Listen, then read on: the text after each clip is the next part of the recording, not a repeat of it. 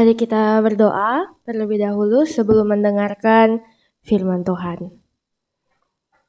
Tuhan Yesus, terima kasih setelah 1 minggu berjalan ini, kami boleh datang kembali ke rumah Tuhan untuk memuji nama Tuhan dan untuk mendengarkan firman Tuhan. Tuhan, inilah kami orang-orang yang selalu percaya bahwa keselamatan kami hanya ada di dalam tangan Tuhan. Kami percaya Engkau adalah kekuatan kami, mazmur kami, dan pertolongan kami. Kiranya Tuhan di hari yang indah ini berfirmanlah melalui hamba-Mu, curahkanlah Roh Kudus-Mu kepada kami semua, dan kiranya setiap yang mendengarkan firman Tuhan dapat kembali percaya dan dapat kembali menikmati hadirat Tuhan, menikmati suara Tuhan. Terima kasih Tuhan Yesus, di dalam nama Yesus Kristus kami berdoa dan bersyukur. Amin. Puji Tuhan, shalom teman-teman semuanya. Shalom. Bagaimana kabarnya minggu ini? Baik, luar biasa.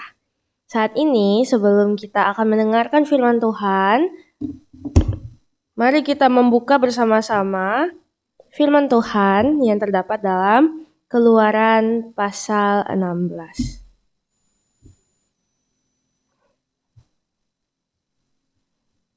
Keluaran pasal 16 ayat 4 sampai 12. Apakah teman-teman semua sudah mendapat? Baiklah kalau begitu. Saya akan membaca ayat genap. Teman-teman mohon baca ayatnya yang ganjil. Lalu ayat terakhir kita baca bersama-sama. Beginilah firman Tuhan. Lalu berfirmanlah Tuhan kepada Musa, sesungguhnya aku akan menurunkan dari langit hujan roti bagimu. Maka bangsa itu akan keluar dan memungut tiap-tiap hari sebanyak yang perlu untuk sehari, supaya mereka kucoba, apakah mereka hidup menurut hukumku atau tidak.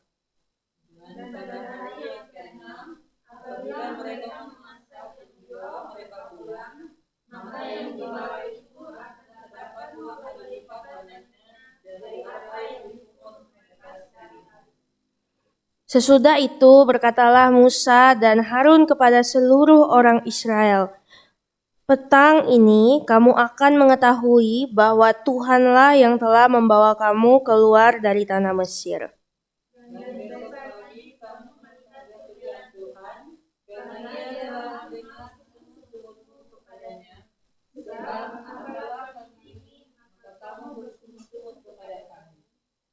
Lagi kata Musa, jika memang Tuhan yang memberi kamu makan daging pada waktu petang dan makan roti sampai kenyang pada waktu pagi, karena Tuhan telah mendengar sungut-sungutmu yang kamu sungut-sungutkan kepadanya, apalah kami ini? Bukan kepada kami sungut-sungutmu itu, tetapi kepada Tuhan.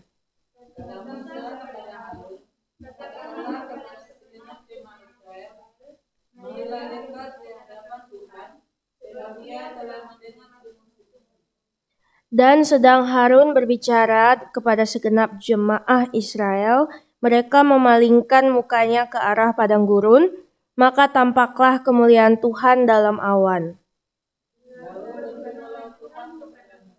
Mari kita baca sama-sama. Aku telah mendengar sungut-sungut orang Israel, katakanlah kepada mereka, pada waktu senja kamu akan makan daging, dan pada waktu pagi kamu akan kenyang makan roti. Maka kamu akan mengetahui bahwa akulah Tuhan Allahmu.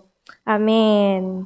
Puji Tuhan teman-teman semua, saya harap tadi sambil kita membaca, kita bisa menyimak isi dari firman Tuhan yang kita baca.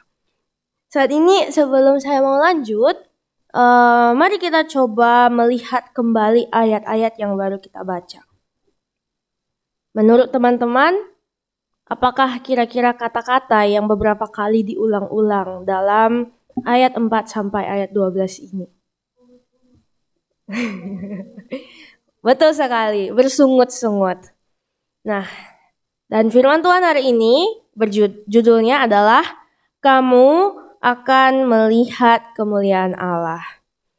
Jadi saudara sekalian, teman-teman, kamu akan melihat kemuliaan Allah ini adalah firman Tuhan. Yang firman Tuhan itu sudah dijanjikan kepada jemaat-jemaat Tuhan.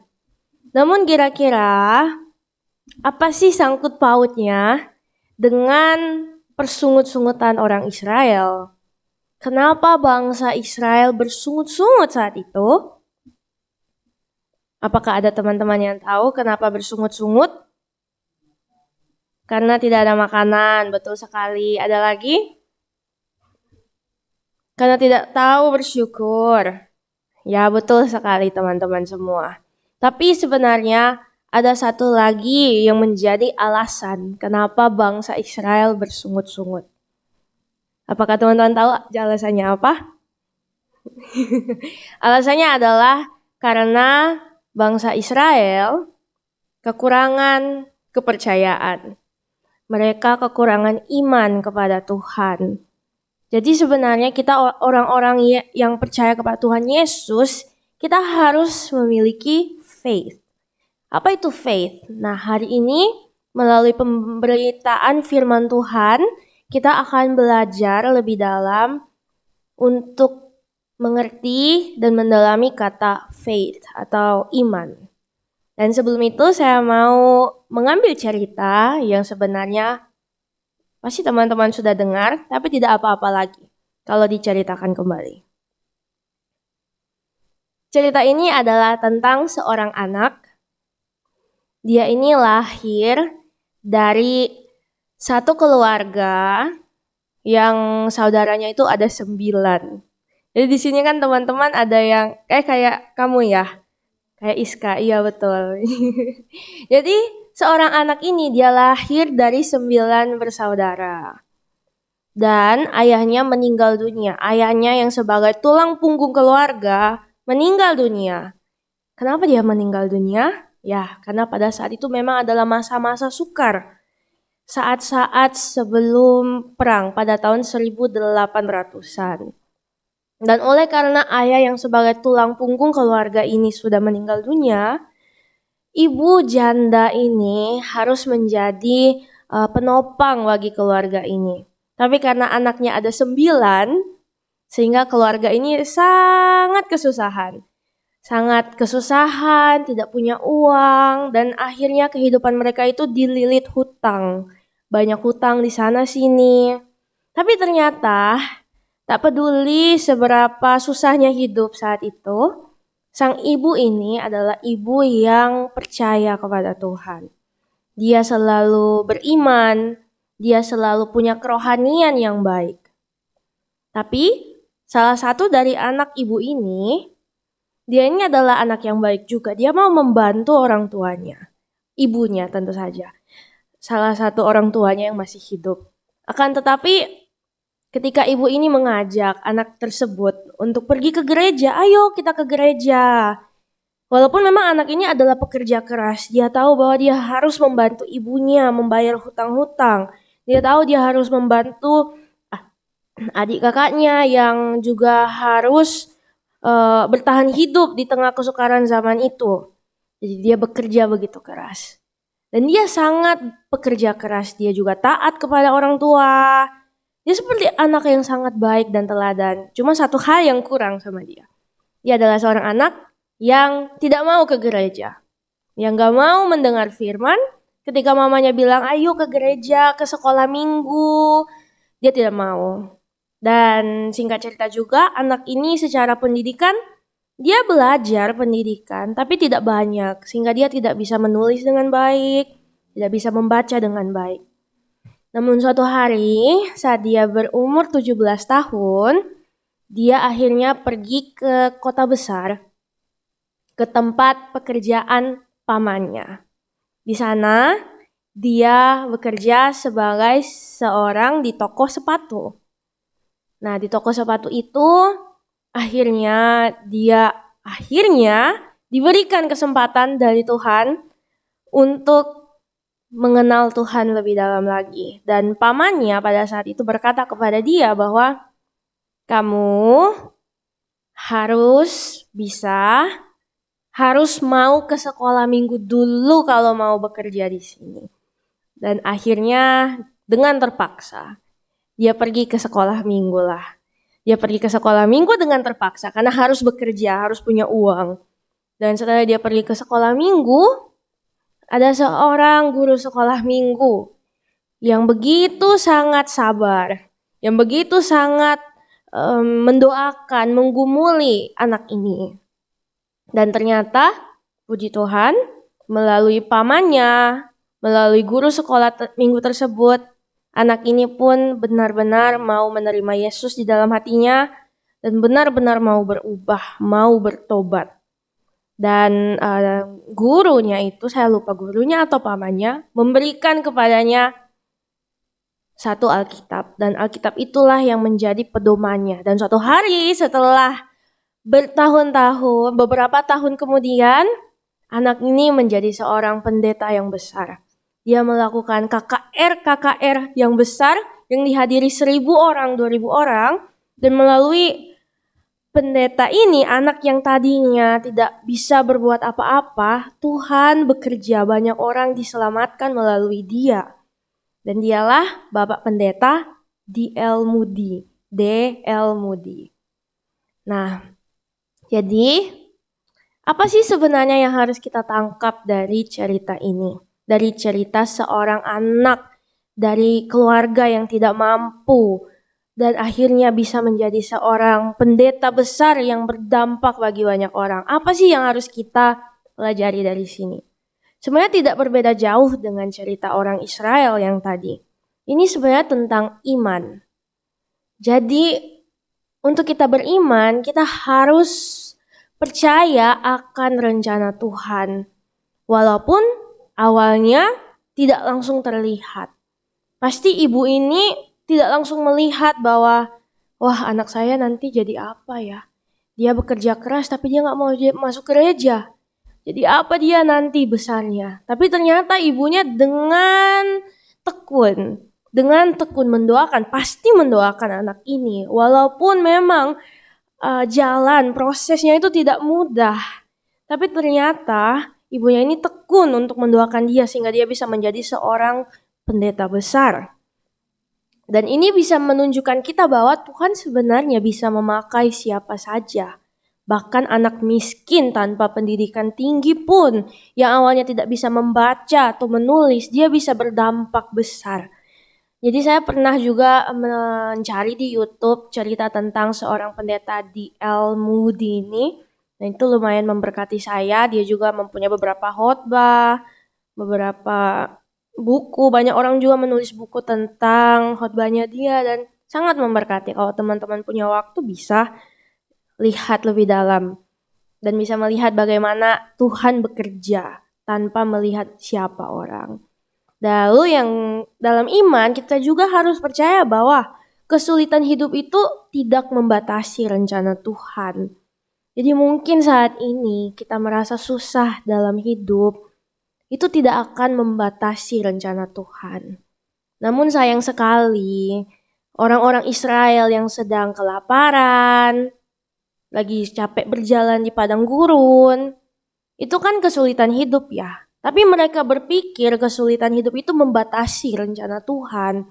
Sehingga perkataan Musa yang dari Tuhan, kamu akan melihat kemuliaan Allah, itu mereka lupa.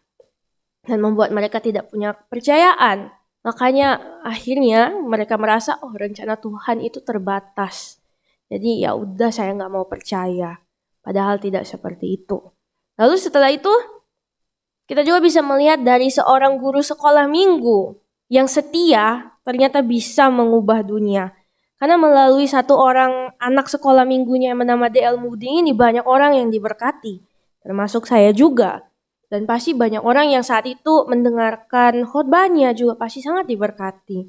Jadi kita lihat bahwa kadang kita mau buah itu cepat terlihat. Kadang kita mau langsung melihat berkat Tuhan itu di depan mata. Langsung dijawab. Tapi tanpa kita sadari Tuhan mau bekerja dan itu butuh waktu. Dan kita kadang karena waktu itu sudah tidak sabar menunggu. Padahal kalau kita menunggu dengan setia, ada perubahan besar yang dapat terjadi. Jadi teman-teman, mungkin ada yang teman-teman gumuli, atau ada yang teman-teman doakan, dan kalau memang masih belum terlihat di depan mata, tetaplah setia, percaya, beriman. Pasti Tuhan akan melakukan sesuatu. Pasti itu akan menjadi satu jawaban untuk mengubah dunia. Ada amin? Lalu kita juga harus bisa belajar dari story D.L. Moody ini bahwa iman dan pengajaran dari seorang ibu janda bisa menjadi fondasi penting. Walau memang hasilnya tidak langsung dilihat. Jadi kalau dari cerita ini teman-teman bisa mengingat ayat di Alkitab tidak? Yaitu ayat di dalam Ibrani 11 ayat 1. Bahwa, saya lupa, tunggu sebentar, saya baca dulu. Ibrani 11 ayat 1. Teman-teman ingat? Ya, betul-betul. Iman adalah dasar dari segala sesuatu yang kita harapkan dan bukti dari segala sesuatu yang tidak kita lihat. Jadi kembali mari kita coba percaya kepada Tuhan walaupun kita tidak melihat. Nah, kita akan mengaitkan kembali dengan firman Tuhan minggu lalu. Adakah yang masih mengingat firman Tuhan minggu lalu? Ada atau tidak?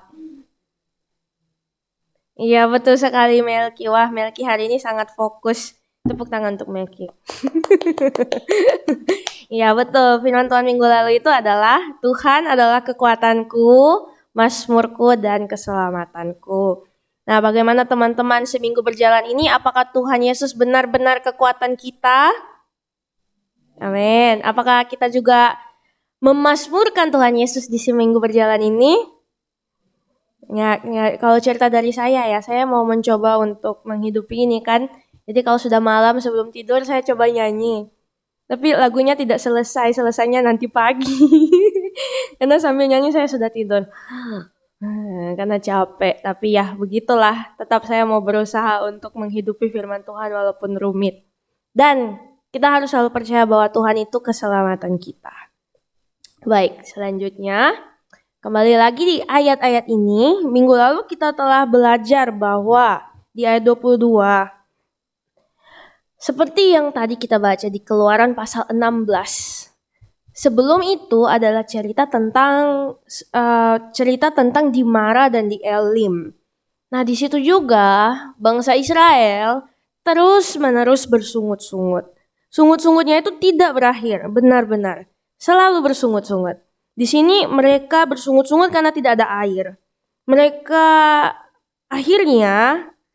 Mereka pun diberikan air, tapi air itu pahit. Dan ternyata itu juga membuat mereka bersungut-sungut seperti di ayatnya yang ke-24. Lalu bersungut-sungutlah bangsa itu kepada Musa. Kata mereka, apakah yang akan kami minum? Terlalu banyak bersungut-sungut. Lalu setelah itu, yang tadi juga tadi kita tidak baca, tapi di perikop hari ini juga, setelah mereka berangkat dari Elim, jadi setelah peristiwa Mara, air pahit, seharusnya mereka sudah tahu ya, Tuhan pasti dapat mengubah yang pahit jadi manis. Tuhan pasti juga akan membuat mereka kenyang. Tapi entah kenapa mereka bersungut-sungut lagi. Di ayat sini berkata, di padang gurun itu, ayat 2, bersungut-sungutlah segenap jemaah Israel kepada Musa dan Harun. Aduh. Mereka terus-menerus bersungut-sungut. Sebenarnya sambil membaca ini, saya merasa kesal. Kenapa sih susah untuk percaya sama rencana Tuhan? Kenapa sih harus bersungut-sungut terus? Padahal kan itu membatasi berkat Tuhan. Tapi ternyata tanpa saya sadari, orang Israel itu saya. Yang selalu bersungut-sungut. Kenapa sih banyak pekerjaan? Kenapa sih saya tidurnya kurang cukup? Kenapa? Itu adalah saya. Dan akhirnya, ya Tuhan tolong ampuni saya. Semoga saya bisa bertobat dan bisa benar-benar tidak bersungut-sungut. Ya, tapi begitulah perjalanan iman. Ya, saya kembali diberkati dari firman Tuhan hari ini. Semoga kedepannya saya kurang bersungut-sungut. Ya. Nah, oke. Dan setelah itu, jadi dari cerita ini kita bisa melihat proses bangsa Israel. Dan kita tahu bahwa alasan utama bersungut-sungut adalah karena tidak percaya. Nah, untuk itu Tuhan telah berfirman kepada kita di 2 Korintus 10 ayat 3 sampai 6. Mari kita buka bersama-sama 2 Korintus 10.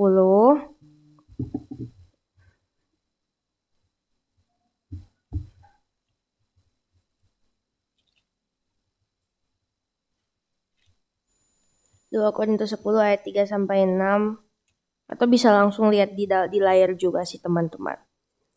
Oke, berbunyi demikian.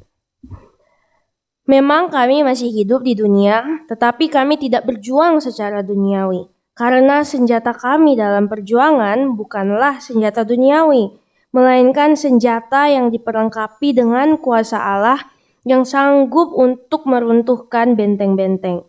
Kami mematahkan setiap siasat orang dan merubuhkan setiap kubu yang dibangun oleh keangkuhan manusia untuk menentang pengenalan akan Allah. Kami menawan segala pikiran dan menaklukkannya kepada Kristus. Dan kami siap sedia juga untuk menghukum setiap kedurhakaan bila ketaatan kamu telah menjadi sempurna. Jadi teman-teman, sebenarnya inilah mentalitas yang harus kita miliki sebagai umat Kristen, sebagai anak-anak muda di dalam Tuhan. Kita harus mempunyai mental yang tahan uji. Kita harus mempunyai mental yang walaupun dalam masa sukar masih bisa percaya dengan rencana Tuhan. Sebenarnya ini masih menjadi PR buat saya juga. Tidak mudah untuk tahan uji. Tidak mudah untuk selalu menjadi kuat. Ada saat-saat di mana saya merasa tidak mampu. Tapi ternyata firman Tuhan ini berkata bahwa kita itu adalah orang-orangnya Tuhan yang diberi kekuatan, seperti minggu lalu bilang, bukan untuk melawan hal-hal duniawi, tetapi untuk merubuhkan, kita untuk merubuhkan kuasa-kuasa kegelapan. Dan kita tahu bahwa musuh kita yang sebenarnya adalah iblis. Dan yang membuat kita tidak percaya itu siapa? Pasti iblis juga. Jadi artinya saat kita tidak percaya kepada Tuhan, kita harus berdoa di hadapan Tuhan untuk meminta, Tuhan, bantu saya mengalahkan si musuh yang membuat saya tidak percaya. Karena saya percaya Tuhan pasti menolong saya. Dan di sini juga Tuhan berkata bahwa kami siap sedia juga untuk menghukum setiap kedurhakaan bila ketaatan kamu telah menjadi sempurna. Jadi ini juga yang dituntut oleh Tuhan bahwa kita harus selalu bisa taat dan ketaatan kita harus sempurna. Tentu saja itu tidak bisa langsung jadi sempurna. Kita juga membutuhkan proses untuk menjadi sempurna. Jadi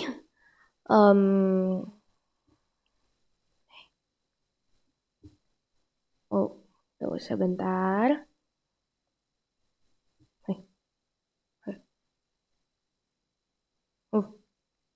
Ya, jadi ini adalah satu quote, satu ringkasan yang saya dapatkan, berbunyi demikian. Faith atau iman adalah kepercayaan penuh kepada Tuhan.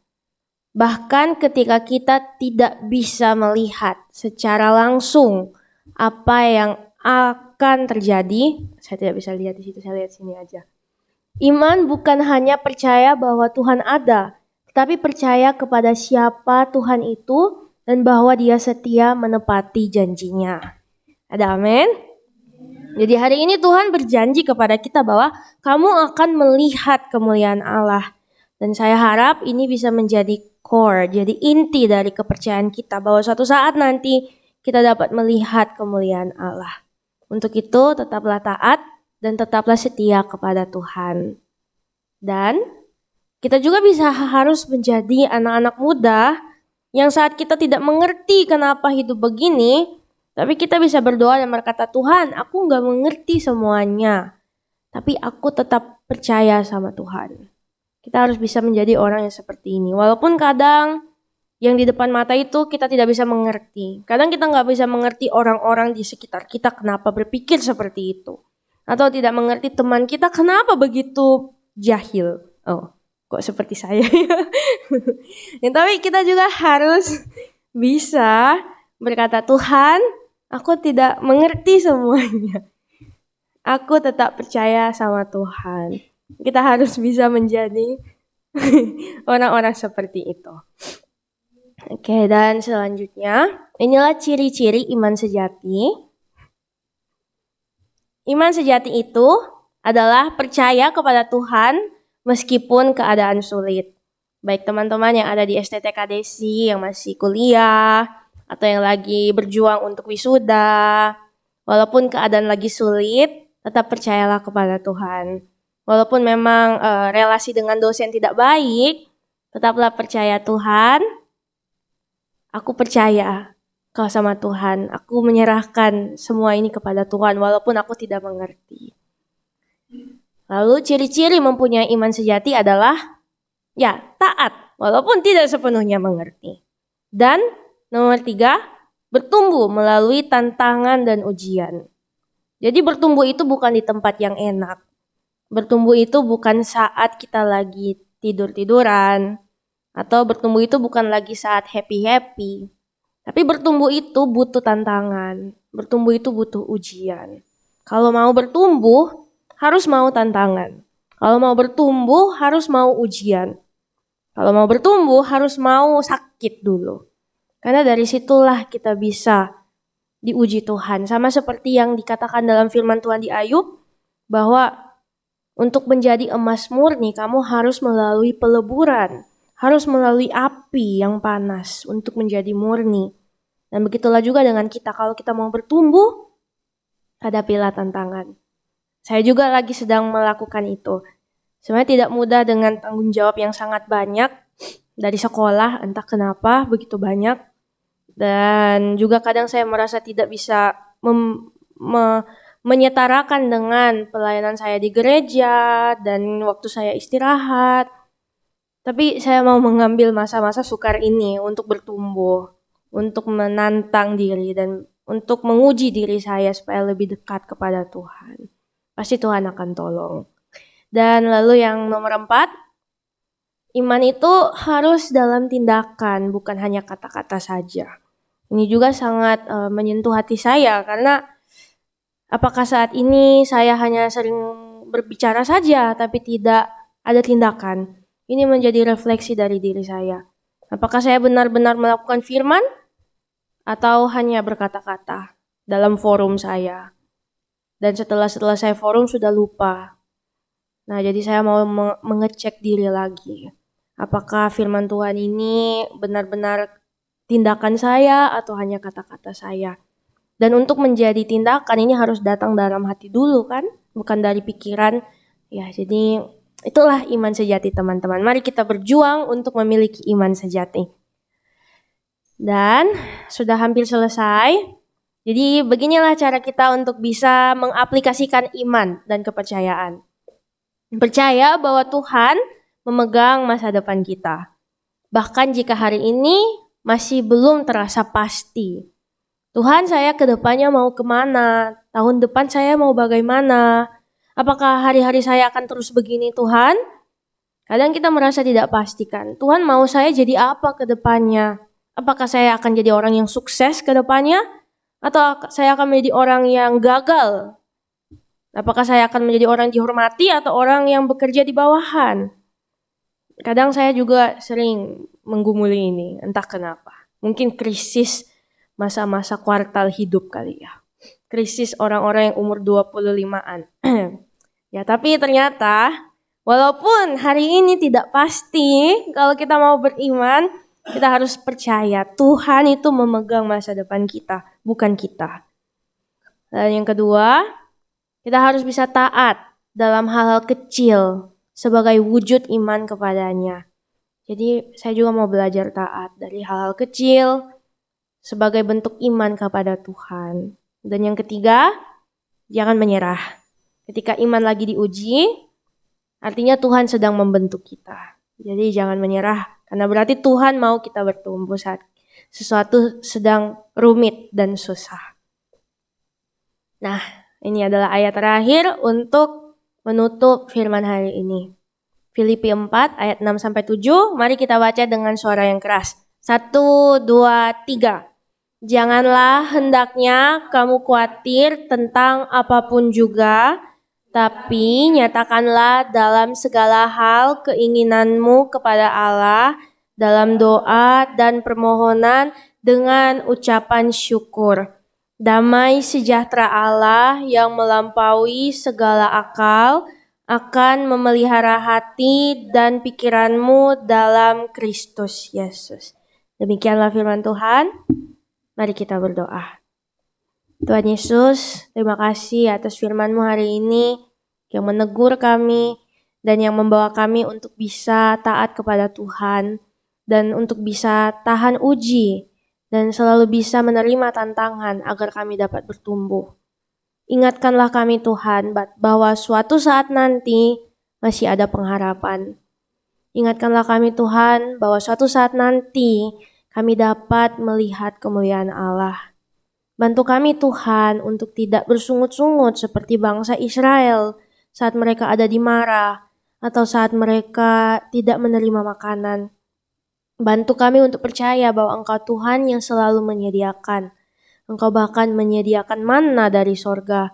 Dan kami percaya bahwa Engkau juga akan menyediakan manna Tuhan kepada kami, baik untuk memenuhi kebutuhan rohani kami maupun kebutuhan jasmani kami. Tuhan Yesus, bantulah kami menjadi anak-anak muda yang kuat di tengah dunia ini. Bantulah kami untuk menjadi anak-anak Tuhan yang menjadi kepala dan bukan ekor. Sebab kami percaya masa depan kami ada di dalam tangan Tuhan. Tuhan selalu tuntun dan Tuhan Yesus selalu jaga. Inilah yang menjadi doa kami Tuhan. Di dalam nama Tuhan Yesus Kristus kami berdoa dan bersyukur. Amin. Selanjutnya saya serahkan kepada Apel.